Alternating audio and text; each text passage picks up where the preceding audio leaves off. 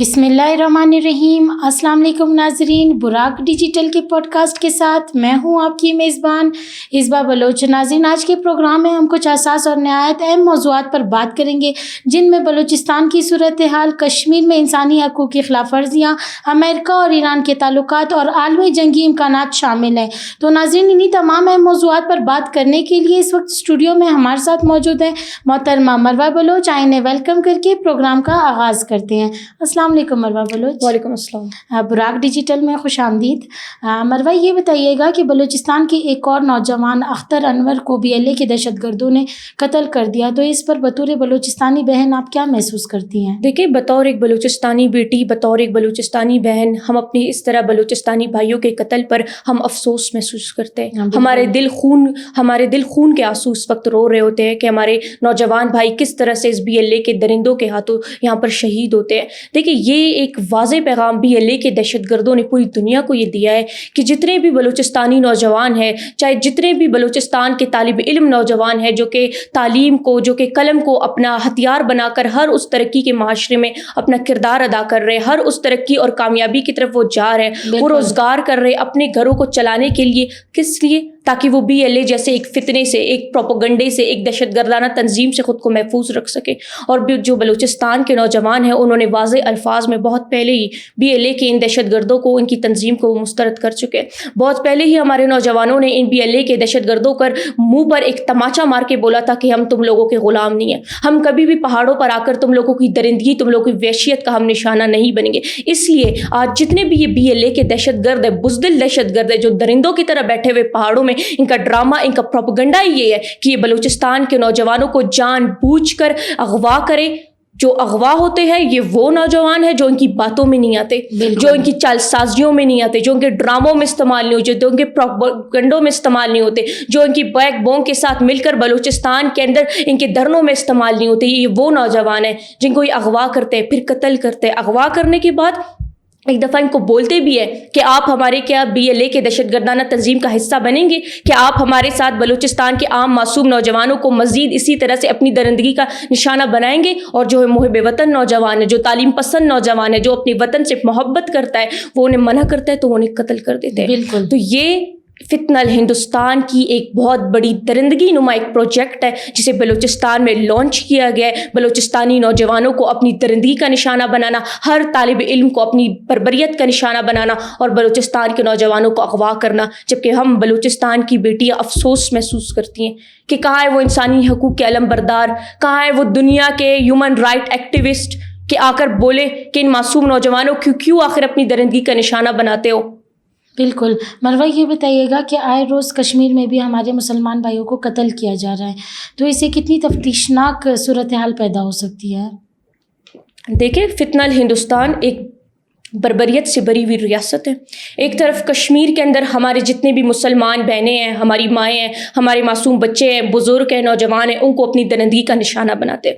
روزانہ کی بنیاد پر کشمیر کی سڑکوں سے صرف پانی کی جگہ خون آ رہا ہوتا ہے، صرف فتنہ ہندوستان کی وجہ سے۔ کون کر رہا ہے؟ فتنہ ہندوستان کر رہا ہے۔ اپنی بربریت کو کشمیر پر مسلط کرنا، اپنی بربریت کو بلوچستان پر مسلط کرنا۔ ایک طرف سے کشمیر کے اندر مسلمان معصوم نوجوانوں کو، معصوم بیٹیوں کو شہید کرنا، انہیں قتل کرنا، دوسری طرف سے بلوچستان کے نوجوانوں کو اغوا کر کے قتل کرنا، یہ تمام پروپیگنڈا فتنہ ہندوستان کا ہے۔ تو بطور ایک بلوچستانی بیٹی میرا دل خون کے آنسو روتا ہے کہ ایسا کیوں ہو رہا ہے ہمارے ساتھ، ہمارا گناہ کیا ہے؟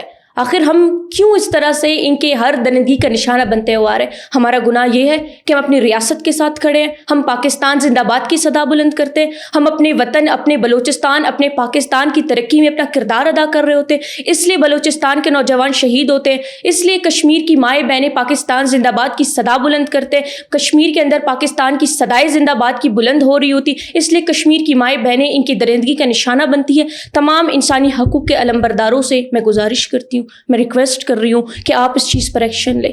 فتنہ ہندوستان اپنی درندگی کا، اپنی بربریت کا مکمل طور پر ہم بلوچستانیوں کو، کشمیریوں کو، ہر مسلمان کو، ہر انسانیت کو یہ اپنا نشانہ بناتے ہوئے جا رہا ہے۔ بالکل۔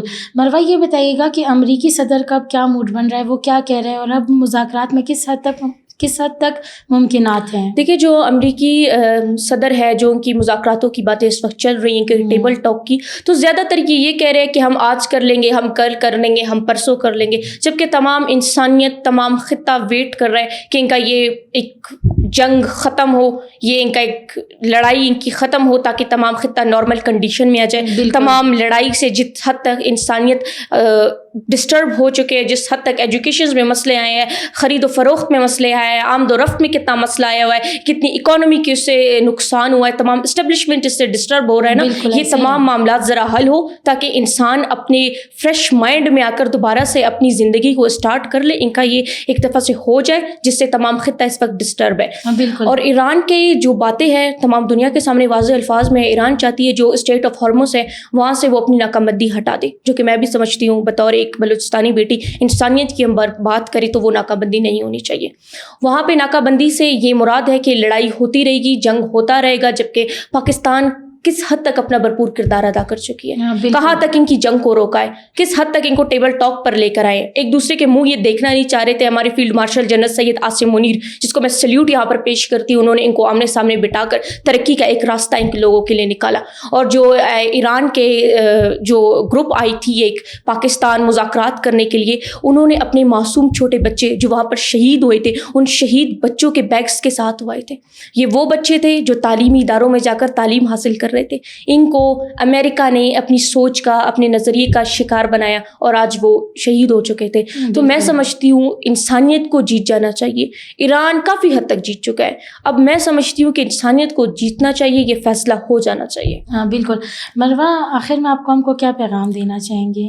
ای بلوچستانی عوام اتنا صرف انا پیغام ایتن خواہ داٹی میں کہ ارا طریقہ فتنہ ہندوستان اسے اور واپس ایکٹیو مسونے بلوچستان نوجوان خلسے ایڈے کشمیر ایڈ علومت نقصان پہنچے سے بلوچستانی عوام تینا ای داٹی میں صرف اسے ریکویسٹ اس کیوا کہ نم مونی بابو نم تینا دبازی آواز بلند کبو تینا ہر نوجوان کے تینا ہر دترنا سوالے فتل ہندوستانن او تا پروکسیزتن او تا پروپگنڈا کروکتن او تا ہر دہشت گردنگ تنظیم نم سوال کبو نم تو نو ریاست سلوکے نم تو نما حکومت وقت سلوکے تینا ریاست نہ تینا حکومت وقت نہ کھوپن دا سا جوڑ مابو اور دا وقت بسو نے کہ بلوچستان نہ ہر مسئلہ بری تین آواز بلند کی اور پائے کہ بلوچستان تے انتن فتل ہندوستان کر سے دا ٹیم اس کا.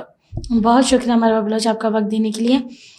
ناظرین، آخر میں قوم کو اتنا پیغام دینا چاہوں گی کہ BLA کے دہشت گرد صرف ہمارے نوجوانوں کی آنکھوں میں دھول جھونک رہے ہیں اور ہمارے نوجوان انہیں اپنا خیر خواہ سمجھ کر جو ہیں ان کی طرف مائل ہوتے جا رہے ہیں. لیکن میں صرف اتنا پیغام دینا چاہوں گی کہ یہ فتنۃ الہندوستان کے چند ٹکڑوں پر پلتے ہیں اور یہ صرف ہمارے خیر خواہ کبھی بھی نہیں ہو سکتے ہیں. یہ صرف ہمارے ملک میں دہشت گردی پھیلا رہے ہیں. تو ناظرین، میں یہ بگاڑ تو ہمارا کچھ نہیں سکتے کیونکہ ہماری سیکورٹی فورسز 24 گھنٹے ہماری حفاظت کے لیے موجود ہیں. تو ناظرین، اسی پیغام کے ساتھ میں آپ کی میزبان اصبا بلوچ آج کے پوڈ کاسٹ سے اجازت چاہوں گی. اللہ حافظ.